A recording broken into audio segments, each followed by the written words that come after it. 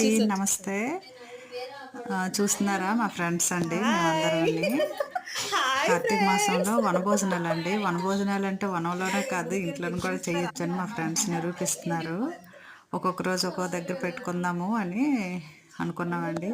చాలా మంచిది కదండీ! అలాగా పేరెంటాళ్ళందరూ ఒకే దగ్గర చక్కగా మంచి చెడ్డ ఉంటాయండి. మా ఆడోళ్ళలోని చిన్న చిన్నవి ఉన్నా సరే ఇలాంటప్పుడు ఒకటి అయిపోతామండి మేము. అది ఆడవాళ్ళంటే ఏటనుకున్నారు. ఇలాగా భోజనాలు చేసాం.